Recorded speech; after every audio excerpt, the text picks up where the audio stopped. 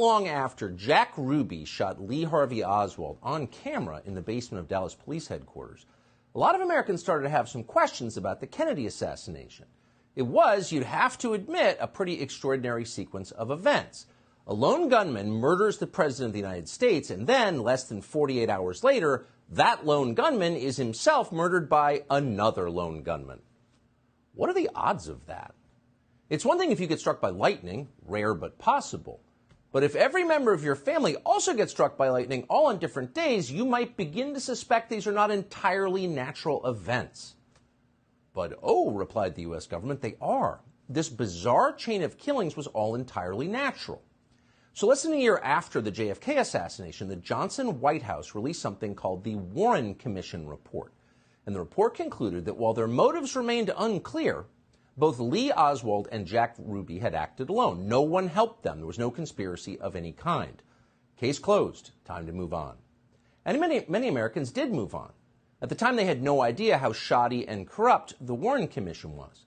It would be nearly 50 years before the CIA admitted under duress that, in fact, it had withheld information from investigators about its relationship with Lee Harvey Oswald. But even then, at the time, before that was known, the government's explanation didn't seem entirely plausible, and some people started asking obvious questions about it. It was at that point, as Americans started to doubt the official story, that the term conspiracy theory entered our lexicon. As Professor Lance DeHaven Smith points out in his book on the subject, the term conspiracy theory did not exist as a phrase in everyday American conversation before 1964. In 1964, the year the Warren Commission issued its report, the New York Times published 5 stories in which conspiracy theory appeared. Now, today, of course, the term conspiracy theory appears in pretty much every New York Times story about American politics. It's wielded, now as then, as a weapon against anyone who asks questions the government doesn't feel like answering.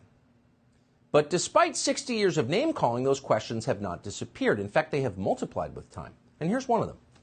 In April of 1964, a psychiatrist called Louis Joylan West visited Jack Ruby in his isolation cell in a Dallas jail. According to West's written assessment, he found that Jack Ruby was, quote, technically insane and in need of immediate psychiatric hospitalization. Those are conclusions that, puzzlingly, no one who had spoken to Jack Ruby previously had reached. Ruby had seemed perfectly sane to the people who knew him. Louis Joylan West pronounced him crazy. But what West did not say was that he was working for the CIA at the time. Louis Joylan West was a contract psychiatrist for the spy agency. He was also an expert on mind control and a prominent player in the now infamous MK-Ultra program, in which the CIA gave powerful psychiatric drugs to Americans without their knowledge. So of all the psychiatrists in the world, what in the world was this guy doing in Jack Ruby's prison cell? The media did not seem interested in finding out. In fact, the New York Times, in an extensive 1999 obituary of West, never mentioned the fact that he had worked for the CIA, much less his time in Jack Ruby's cell, which seems relevant. So you can see why non-crazy people would wonder about what really happened, and of course many have wondered. In 1976, long forgotten, the House of Representatives impaneled a special committee to reinvestigate the JFK assassination. Their bipartisan conclusion? Jack Kennedy was almost certainly murdered as the result of a conspiracy.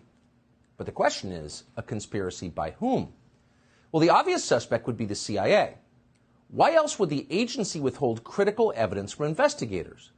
Is there a benign explanation for that, for maintaining this level of secrecy for this many years? Not that we're aware of. And it is illegal.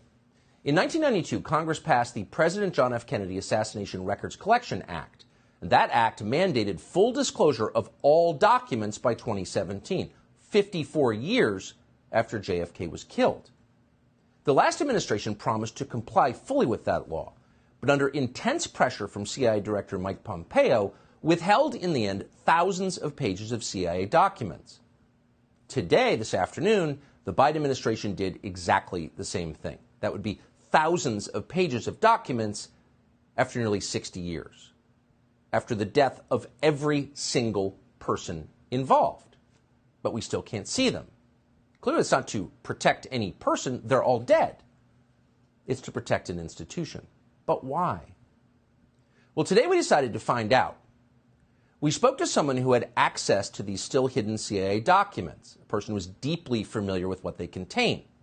We asked this person directly, did the CIA have a hand in the murder of John F. Kennedy, an American president? And here's the reply we received verbatim. Quote, "The answer is yes. I believe they were involved. It's a whole different country from what we thought it was. It's all fake."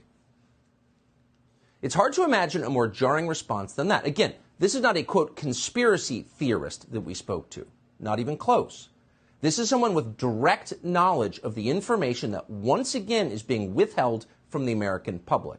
And the answer we received was unequivocal. Yes, the CIA was involved in the assassination of the president. Now, some people will not be surprised to hear that. They suspected it all along. But no matter how you feel about or what you thought about the Kennedy assassination, pause to consider what this means. It means that within the U.S. government, there are forces wholly beyond democratic control. These forces are more powerful than the elected officials that supposedly oversee them. These forces can affect election outcomes. They can even hide their complicity in the murder of an American president. In other words, they can do pretty much anything they want. They constitute a government within a government, mocking by their very existence the idea of democracy. As cynical as we have become after 30 years of watching government officials ignore the voters who employ them, we were shocked to learn this. It's not acceptable. Americans have trusted their government less with every passing year since the killing of John F. Kennedy. Maybe this is why. And people have known this for a long time. The people who knew would include every director of the CIA since November of 1963. And that list would include Obama's CIA director, John Brennan, one of the most sinister and dishonest figures in American life. That list would also include, we are sad to say, our friend Mike Pompeo, who ran the CIA in the last administration. Mike Pompeo knew this. We asked Pompeo to join us tonight, and though he rarely turns down a televised interview, he refused to come. We hope he will reconsider. Subscribe to the Fox News YouTube channel to catch our nightly opens, stories that are changing the world and changing your life. From Tucker Carlson tonight.